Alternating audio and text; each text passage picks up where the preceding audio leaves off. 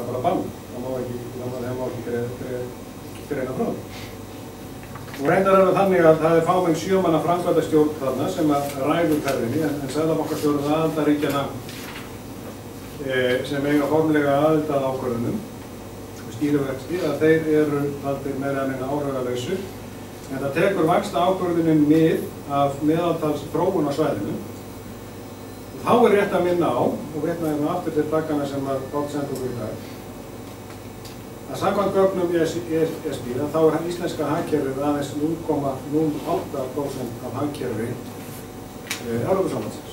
Við skiptum engu máli þegar kemur að slíkum ákvörðunum og Ísland, og það verður því verulega hægt á því að vextir verða annarkvort allt of háir eða of lágur fyrir ástandið í okkar hagkerfi. Það sem hæðir og lægðir hagsveiflna eru oftast á öðrum tíma hér á landinu heldur en á meginlandi. Þá ætla ég að koma aðeins að almennum rökum varðandi sem geta mælt með stofnun myntbandalags og koma inn á umræðu kenningar hagkvæm gjaldmiðilsvöld. Ég reyna að drífa þetta af hvað klukkan Nú, hvaða hagfræðileg rök geta mælt með því að land gerist aðalega myntbandalag?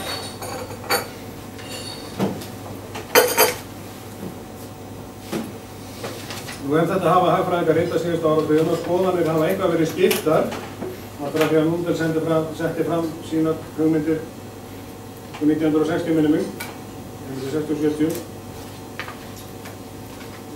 og þó flestir fallist á það meginmynd sem ég gerir dreginu. Og rök sem talin eru að mæla með slíkri samvinnu landa er í fyrsta lagi ef hagvöxtur og hagsveiflur eru með líkum hætti. Það er að segja að það sveiflast svipað eða samanbæði í tíma og sé ekki mikil munur á. Í öðru lagi að raunlaun séu sveigjanleg á svæðinu. Það sé ekki mikil tregða í raunlaun geti fallið ef það er afturkipur í efnahagslífinu. Í þriðja lagi að vinnuaflið sé hreyfanlegt. Í fjórða lagi að fjármagn sé tiltölulega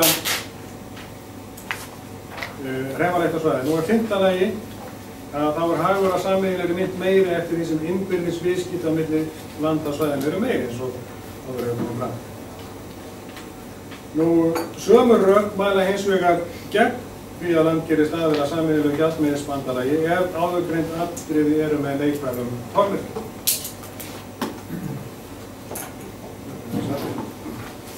Nú, hvað fyrsta atriði varðar þá hafa rannsóknir bent til að hagsveiflur á evrusvæðinu séu víða hliðstæðar bæði í magni og í tíma. Í stórum dráttum. Það séu sem sagt samhverfar eins og sagt er. En þetta var reyndar ekki við öll lönd því hagsveiflurnar hafa verið mismiklar og hagvöxtur landskeið miklu meiri til dæmis á Írlandi. Ef við skoðum Írland hérna, ég hefði síðan einhverja mynd sem á að sýna Írland hérna. Það er í kennslubókinni. Síðasta hagvöxturinn var miklu meiri á Írlandi hérna frá 1990 og fram yfir 2000. Og þessi mynd sýnir að það hefði verið betra fyrir Íra að hafa heldur hærri stýrivexti heldur en voru að jafna í Evrópusambandsins. Og svipað er með Miðjarðarhafslöndin, þar myndi núna henta önnur vaxtahækkun heldur en í Þýskalandi og Frakklandi. Og hvað var það Ísland? Þá tók ég hérna bara hagvöxtinn á þessu árabili, ég sleppti nú þessu hérna niðurdrepandi falli 2008-2009 en þetta sýnir að sveiflurnar eru meiri hér allavega.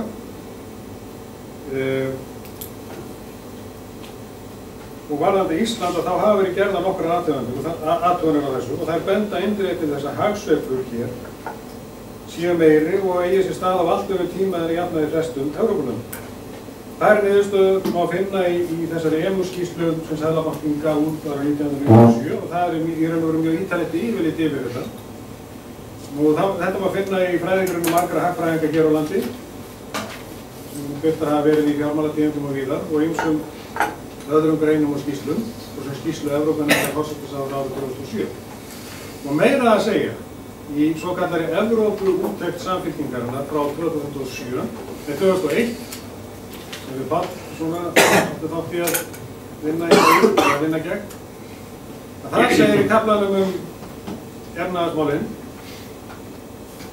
auk þess mælir uppbygging og eðli hagkerfisins að mörgu leyti með sveigjanlegu gengi fremur en föstu og þá einkum sú staðreynd að íslenska hagsveiflan hefur ekki verið í neinum tengslum við hagsveiflur í helstu viðskiptalöndum, sérstaklega ekki á meginlandi Evrópu. Þetta sem það sem stóð í Evrópu-úttekt Samfylkingarinnar 2001. Þetta er eitt lok. Hvað þá með sveigjanleg raunlaun og hreyfanleika vinnuafls? Athuganir benda til að raunlaun séu lítt sveigjanleg í Evrópu, þá einkum á meginlandi Evrópu. Skoðanir á hreyfanleika vinnuafls benda einnig til þess að hann sé lítill í Evrópu almennt, einkum á meginlandinu, til dæmis í samanburði við Bandaríkin. Og sameiginleg mynt virðist ekki hafa breytt þessu að marki og því hefur evrulöndin ekki hagkvæmt gjaldmiðilssvæði út frá þessu séð. Og reyndar það athyglisvert að í einni víðlesnustu kennslubók Háskóla á Vesturhveli jarðar í grunnatriðum hagfræðinnar eftir þá Mankiw og Taylor sem ég veit að nota og ég veit að Þorvaldur Gylfason notar líka og ég hef séð fyrirlestina hans og hann notar sömu glærur og ég hef notað í kennslu og þetta. Þar því haldið fram að myntbandalag Evrópu uppfylli ekki skilyrði til þess að vera hagkvæmt myntsvæði. Því hins vegar bætt við þar eins og víðar, en þetta bandalag það gæti orðið hagkvæmt myntsvæði með tíma. Og hvað þá með hreyfanleika fjármagnsins? Vissulega hreyfist laust fé nokkuð óhindrað, en það á einhver við svokölluð heildsölu viðskipti, það er að segja stærstu viðskipti. Peningamarkaður og markaðar fyrir stærstu skuldabréfaviðskipti sameiginlegur, en smásölu viðskipti einstaklinga og lítilla fyrirtækja sem bera hagkerfið upp að verulegu leyti eiga sér enn stað í nærumhverfinu, það er að segja viðkomandi hverfi eða héraði og landi. Og jafnvel þótt stýrivextir og peningamarkaðsvextir séu sömu á svæðinu fyrir atvinna sameiginlegs seðlabanka, þá geta skuldabréfavextir sveiflast eftir trausti á útgefanda, eins og nýlegt dæmi útgáfu gríska ríkisins annar, því það þarf að greiða tvöfalda vexti á við þýska ríkið eða ríflega 6%. Og þótt þýsk stjórnvöld hafi virst kátt yfir nýlegu skuldabréfaútboði, þá spyrja ýmsir hvort Grikkir muni standa undir svo háu vöxtum til lengdar. Og ennfremur heyrast þær raddir að þeir sem helst hafa haft burði til að kaupa þessi skuldabréf séu þýskir bankar, og því spurning hvort áhætta þeirra hafi ekki aukist verulega reynist þetta rétt.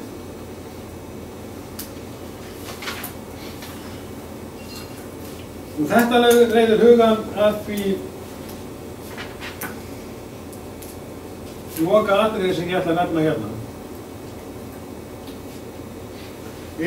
Gjaldmiðilsbandalag hið raunverulega loka takmark sameiginlegs markaðar eins og nefndu við. Þetta verður að vera endapunkturinn á sameiningaferlinu í Evrópu. Þessu sameiginlega efnahags og gjaldmiðilsbandalag og evra. Og spurningin þessi: sýnir ekki hinn innri spenna Evróplandana óuppfyllt samleiknisskilyrði og óuppfyllt skilyrði fyrir hagkvæmu gjaldmiðilssvæði að það þarf fleira að koma til ef myntbandalagið á að lifa af. Í aðdraganda EMU, sem skannstöðum fyrir myntbandalagið, héldu ýmsir því fram að fyrirkomulagið myndi ekki standast til lengdar vegna þess að þjóðríkin yrðu með eigin ríkisfjármál og slíkt gæti skapa spennu á fjármálamörkuðum þegar eyðsla, afgangur eða halli væri með ýmsum og ólíkum hætti. Þrátt fyrir markmiðin hallalausan rekstur, hámarkshalla og hámarksskuldir hefur opinber rekstur ekki gengið svo vel. Ég minni aftur þá á það sem ég nefndi hérna áðan að það þurfti á sínu tíma að gefa þjóðurum á frökkum eftir sektargreiðslur þegar opinber rekstur þeirra gekk ekki svo vel á upphafsárum EMU þegar hagvöxtur var lítill og ríkishalli